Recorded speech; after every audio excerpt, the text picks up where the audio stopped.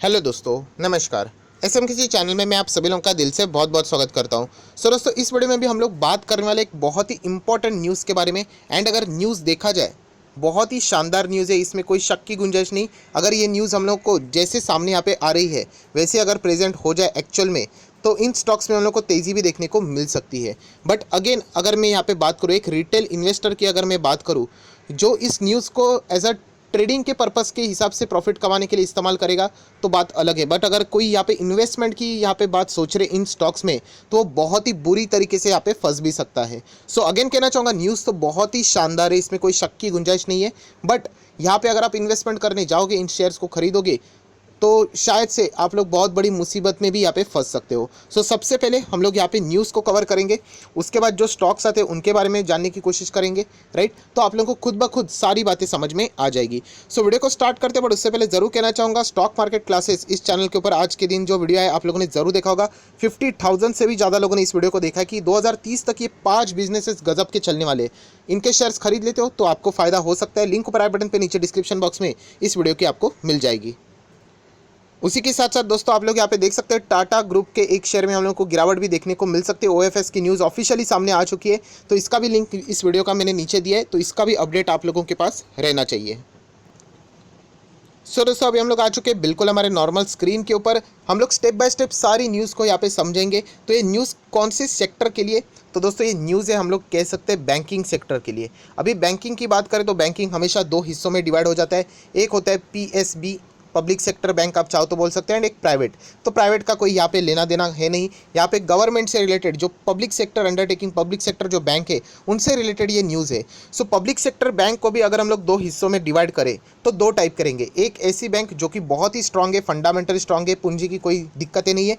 And दूसरी अगर हम लोग बात करें जहाँ पे बहुत ज़्यादा वीकनेसेस है, राइट, सर्वाइवल के लिए भी मतलब बहुत ही ज़्यादा वो स्ट्रगल कर रहे हैं। सो ये जो न्यूज़ है वो नंबर 1 के लिए भी नहीं है, बल्कि नंबर 2 के लिए है। मतलब सर्वाइवल वाले जो बैंक है उनके लिए ये गजब की न्यूज़ हम लोग को देखने को मिल रही है। इसीलिए आप लोग देख सकते हो दोस्तों, ये जो न्यूज़ है, state bank of India, Punjab national bank, bank of Baroda, Canara bank, union bank of India, Indian bank, इनसे रिलेटेड ये है नहीं। उनके पास ज़बरदस्त ऑलरेडी पैसा है, इनको कोई दिक्कत की बात यहाँ पे नहीं है। सो दोस्तों, जैसे मैंने कहा कि ये न्यूज़ है नंबर 2 के बैंक से रिलेटेड। मतलब जो पीएसबी में भी नंबर 2, मतलब बहुत ही ख़राब यहाँ पे चलते हैं, जिसको हम लोग अगर बात करें तो आप लोगों को पता है आरबीआई यहाँ पे ऐसे बैंक्स को हम लोग को पीसीए में डालते हुए देखने को मिलते हैं, प्रॉम्प्ट करेक्टिव एक्शन में। मतलब बहुत ही सिंपल है, ऐसे बैंक जिसका परफॉर्मेंस अच्छा नहीं है, एनपीएस कुछ ज़्यादा ही हद से बढ़ रहे हैं, राइट, बहुत ज़्यादा वहाँ पे इश्यूज चल रहे हैं, ऐसे बैंक को यहाँ पे पीसीए में हम लोग को डालते हुए देखने को मिलता है। तो ऐसे बैंक को जिंदा करने के लिए, वापस जंप यहाँ पे खड़ा करने के लिए अगर हम लोग यहाँ पे बात करें तो यहाँ पे क्या कर रही है सरकार की, अगर हम लोग बात करें ऐसे पोटेंशियल बैंक्स का यहाँ पे लिस्ट फाइनलाइज करने वाली है, ऐसे कैंडिडेट्स की। एंड उनमें कैपिटल इन्फ्यूजन यहाँ पे होने वाला है।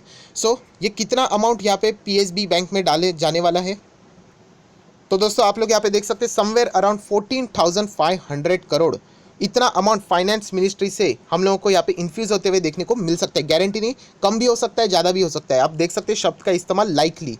बट इतना तो पता है कि पैसा जाएगा ही जाएगा। बट हर कोई पीएसयू बैंक या फिर पीएसबी में यहाँ पे नहीं जाने वाला है। सिर्फ और सिर्फ आरबीआई ने जिनको पीसीए में या फिर पीसीए के जो फ्रेमवर्क है, उसी ऐसे बैंक की अगर हम लोग यहाँ पे बात करें तो उन्हीं में ये पूंजी यहाँ पे डालने वाले हैं। अभी ऐसा क्यों करेंगे? Obviously to improve their financial health. उनकी हेल्थ खराब है, जिनका पास ऑलरेडी पैसा है उनको क्या ज़रूरत है, उनके नाम के हिसाब से भी वो फंड रेज कर सकते हैं। सो ऐसे बैंक से दोस्तों जहाँ पे अभी क्या कर रही है आरबीआई यहाँ पे कोशिश करने वाली, ऐसे कौन से बैंक है जिनकी हालत यहाँ पे ख़राब है, जो पीसीए के अंडर आते हैं, तो उनको इस कैटेगरी में से बाहर यहाँ पे निकालेंगे।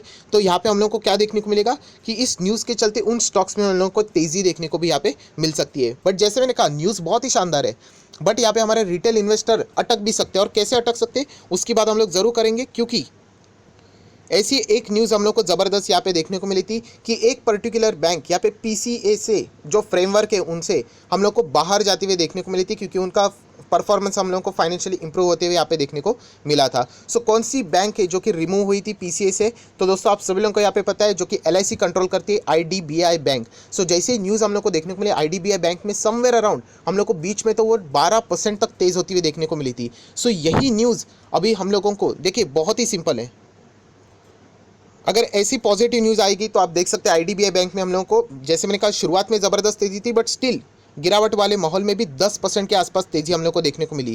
क्यों? क्योंकि ये पीसीए के फ्रेमवर्क से बाहर हो गई। सो ऐसे और 3 पोटेंशियल बैंक के नाम यहाँ पे सामने आ रहे हैं जो कि पीसीए के फ्रेमवर्क से यहाँ पे बाहर हो जाएंगे। क्यों? क्योंकि उनको पैसे की ज़रूरत है। तो वो पैसा कौन देगा? तो सरकार दे रही है। यस, तो वो जैसे पैसा 14,500 करोड़ उनको मिल जाएंगे, हम लोग कह सकते हैं वो जो जिस दिक्कतों के साथ वो यहाँ पे चल रही है, फाइनेंशियली हेल्थ उनका जो खराब है वो भी सुधर जाएगा। एंड उन स्टॉक्स में भी हम लोग को क्या देखने को मिलेगी?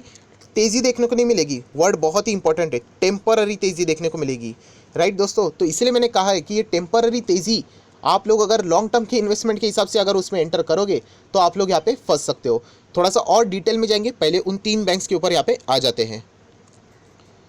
सो दोस्तों, पहला बैंक आप लोग यहाँ पे देख सकते हैं IOB, इंडियन ओवरसीज बैंक। यह दोस्तों 17 रुपये का ये स्टॉक है। एंड इसमें हम लोगों को शायद से ये पीसीए के ऑलरेडी फ्रेमवर्क में उसको यहाँ पे बाहर का रास्ता दिखाया जा सकता है। जैसे ही इसको पैसा मिलेगा, उनकी जो फाइनेंशियल हेल्थ है उसमें हम लोग को इंप्रूवमेंट देखने को मिल सकती है। राइट, वापस कहना चाहूँगा इन 3 बैंक्स का नाम अभी तक फाइनलाइज नहीं हुआ है, ये लाइकली यहाँ पे बातें सामने आ रही है। सो इंडियन ओवरसीज बैंक की अगर मैं बात करूँ यहाँ पे ज़रूर आप चाहो तो इसको फोकस में रख सकते हो। बट अगेन कहना चाहूँगा, अगर आप लोग यहाँ पे लॉन्ग टर्म के हिसाब से एंटर कर लेते हो तो फिर आप लोग फंस सकते हो। क्यों? क्योंकि मैंने इसके पहले भी बताया 7 पैरामीटर्स को फॉलो करो। ये देखिए यहाँ पे पैसा है ही नहीं। इसके पहले भी ये बैंक नीचे गई थी, कोई तो अच्छी न्यूज़ आई गई होगी तो जंप कर लिया, बाद में वापस नीचे, ऐसी अच्छी न्यूज़ आ गई तो जंप कर लिया। बट ये जो जंप्स है ना दोस्तों, ये जो आपको 10, 15, 20% जो रिटर्न मिल रहे हैं वो किसके बेसिस के ऊपर है? ये ट्रेडिंग के बेसिस के ऊपर। ट्रेडिंग, अगर आप ट्रेडिंग करना चाहते हो तो आपकी मर्जी, वो रिस्क लेके चलना पड़ेगा, आप लोगों को स्टॉप लॉस के साथ चलना पड़ेगा। बट अगर कोई ये सोच रहा है कि मैं लॉन्ग टर्म में ऐसे बैंक्स में निवेश कर दूँ, गलत बात है। आप खुद यहाँ पे देख सकते हो उनकी फाइनेंशियल कंडीशन इतनी ख़राब है, वो खुद के दम के ऊपर भी आगे नहीं बढ़ सकते, जो कि सरकार को उनमें पूंजी डालना यहाँ पे पड़ रहा है। सो ऐसे बैंक में बिल्कुल भी आप लोगों ने लॉन्ग टर्म के हिसाब से यहाँ पे निवेश नहीं करना है। तो क्या हम लोग यहाँ पे पोजिशनली निवेश करें? थोड़ा सा पोजिशनली करके देखते हैं। बिल्कुल नहीं। सेम, मैं इसके पहले भी आपको ये फॉर्मूला बोल चुका हूँ, अगर आपको पोजिशनली भी यहाँ पे करना है तो ऐसे स्टॉक्स को पकड़िए कि कल अगर आप गलत भी जाते हैं एंड वो स्टॉक नीचे भी आता है तो आप लोगों को बुरा नहीं लगना चाहिए कि मैंने ऐसे वैसे स्टॉक में पैसा लगा दिया। राइट, बेस्ट एग्जांपल मैंने इससे पहले भी कहा है कि टाटा कंज्यूमर शेयर भागेगा, कितनी बार मैंने बोला है, बट अभी तक वो भागा ही नहीं है। किधर भागा है? जहाँ पे है वहीं पे खड़ा है। अभी भी कितना, अभी वीक्स हो गए, बट कोई फ़र्क पड़ता है आपको कि आपके पोर्टफोलियो में कोई ख़राब शेयर आ गया? बिल्कुल भी नहीं। बिंदास होल्ड कीजिए, भाग गया तो हम लोग को एडवांटेज है, नहीं भाग गया तो होल्ड कीजिए, एवरेज कीजिए, आगे वो ज़रूर भाग जाएगा। सो ऐसे सिचुएशन को प्ले करके आप लोग पोजीशन कर सकते हो। ऐसे पोजिशनल स्टॉक्स सिलेक्ट नहीं करने होते, क्योंकि अगर आप लोग यहाँ पे फंसे तो बहुत ही बुरी तरीके से आप लोगों को यहाँ पे फंसना भी पड़ सकता है, जो कि आप चार्ट पैटर्न से भी अंदाज़ा लगा सकते हैं। सो दोस्तों, ये हो गई first Indian overseas bank. Right, formality कर लेते, देख लेते 12 तारीख की क्या हाल चले। 50% डिलीवरीज देखने को मिल रही, चले अच्छी बात है, जिन्होंने भी लिया होगा फ़ायदा हो सकता है। Then Central Bank of India, yes दोस्तों, सेंट्रल बैंक ऑफ इंडिया 18-19 रुपये का ये स्टॉक देखने को मिल रहा है। मैक्सिमम चार्ट पैटर्न देखो, ये देखो पूरा लाल निशान का चार्ट है। मार्केट कहाँ से कहाँ पहुँच गया, मार्केट कल 1 लाख तक भी पहुँच जाएगा, मुझे नहीं लगता इनमें कोई जान आने वाली है। राइट, सो इसीलिए हम लोग देख सकते हैं कि सरकार कुछ बातें बोलते हैं ना प्राइवेटाइजेशन से रिलेटेड, वो पूरी सच भी नहीं है बट पूरी झूठ भी नहीं है। आप ही के सामने ये देखिए प्राइवेट बैंक कहाँ से कहाँ चलेगा, और ये देखिए पूरी तरीके से नीचे। राइट, आप मैक्सिमम फ्रॉड भी देखते हो, कौन से मिलते हैं? पब्लिक सेक्टर बैंक्स ही रहते हैं। गुड गवर्नेंस नाम की चीज़ ही नहीं वहाँ पे। 1-2 आदमी को सेट कर लो, आपको इजीली लोन मिल जाएगा। अगर आप लोग बहुत बड़े कॉर्पोरेट से, तो अगर आप लोग हमारे जैसे, मतलब हम लोग आम आदमी रिटेल रहेंगे, तो भाई 10-12 चक्कर लगा दो, फिर भी मिलेगा कि नहीं लोन, उसका कोई गारंटी नहीं है। सो इसकी भी बात करें, सेंट्रल बैंक ऑफ इंडिया, बिल्कुल यहाँ पे कोई भी स्टंट नहीं करना है। देखिए आपको जंप ज़रूर देखने को मिल सकती है अच्छी न्यूज़ के कारण कि पीसीए से बाहर जा रही है, ये भी 10% भाग सकता है, 20% भी भाग सकता है। बट लॉन्ग टर्म के लिए ये चीज़ें नहीं बनी हुई है, जो कि खुद यहाँ पे फंसा हुआ है। सरकार ने थोड़ा सा क्या पुश लगा दिया तो वो न्यूज़ अच्छी है, बट लॉन्ग टर्म के हिसाब से वो न्यूज़ अच्छी नहीं है। यहाँ पे आप यहाँ पे इन चीज़ों को अच्छी तरीके से समझ सकते हो। ये तो मतलब ऐसी बात हो गई, मैं ज़रूर बताना चाहूँगा कैसी। ये देखिए 42% के आसपास डिलीवरी देखने को मिल रही है। जैसे मैंने कहा, ये बात ऐसी होगी कि एक बच्चा यहाँ पे फेल हो गया है। राइट, 35% मार्क्स लगते हैं पास होने के लिए, यूजुअली पकड़ लेते हैं, और उसको यहाँ पे 30 मिला है, तो सरकार यहाँ पे 5 और डाल के 35 कर रही है और वो खुश हो रहा है कि चलो पास हो गए। बट क्या वो वाकई में अच्छा है? तो बिल्कुल भी नहीं है। सो इसी तरीके की चीज़ें न्यूज़ देखने के लिए, सुनने के लिए बहुत ही शानदार है, बट यहाँ पे पोर्टफोलियो को ये आपको ख़राब भी कर सकती है। यूको बैंक, UCO बैंक, आप देख सकते हो 14 रुपीज़ के आसपास का चलने वाला स्टॉक है। मैक्सिमम चार्ट पैटर्न देख लेते हैं, ये देखिए कुछ है ही नहीं। 2010 से हम लोग को 150 पे देखने को मिल रहा था, अभी तो कुछ है ही नहीं, पूरी तरीके से नीचे। और ये कभी ना कभी होने ही वाला था। अगर गुड गवर्नेंस नहीं रहेगा, वो आज नहीं तो कल वो स्टॉक नीचे आएगा ही आएगा। एंड इसीलिए मैं हमेशा कहता हूँ कि टेम्पररी स्केल के लिए नहीं सोचना है, लॉन्ग टर्म के लिए सोचना है। भले आप लोगों को टेम्पररी स्केल के लिए वहाँ पे रिटर्न्स ना मिले तो भी चलेगा, बट लॉन्ग टर्म में नुकसान नहीं होगा आपका। सो ये तीनों स्टॉक्स की अगर मैं बात करूँ, इनका नाम सामने आ रहा है कि फिलहाल ये पीसीए के लिस्ट से बाहर यहाँ पे जा सकती है सरकार। इनको 14,500 करोड़ की पूंजी में इनका नाम आ सकता है। फिलहाल 37% की डिलीवरीज 12 तारीख को देखने को यहाँ पे मिली है। सो तेजी के चांसेस इन तीनों बैंक्स में ज़्यादा है, क्योंकि हम लोगों ने, जैसे मैंने आप लोगों को बताया, आईडीबीआई बैंक में ये न्यूज़ आई तो वो 10% भाग दिया।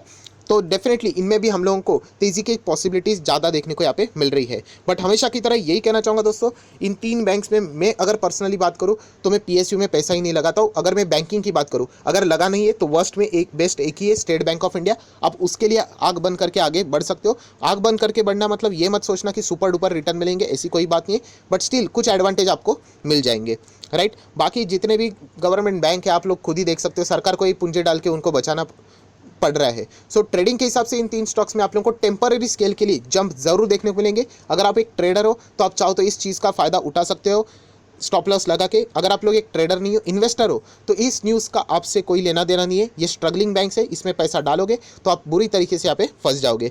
सो वीडियो को क्लोज करने से पहले ये कहना चाहूँगा, जितनी भी बातें मैंने बोली है मेरी खुद की जो थिंकिंग है वो मैंने आपके सामने रखी है। ज़रूरी नहीं है मैं हर वक्त सही रहूँगा, तो आप लोगों ने भी कोई भी डिसीजन लेने से पहले खुद को भी एक बार ज़रूर यहाँ पे स्टडी करके देखना चाहिए। सो आई आशा करता हूँ आपको वीडियो अच्छा लगे तो लाइक एंड शेयर कर देना। So that's it, thank you very much दोस्तों, we will be meeting our next video. तब तक के लिए बाय बाय।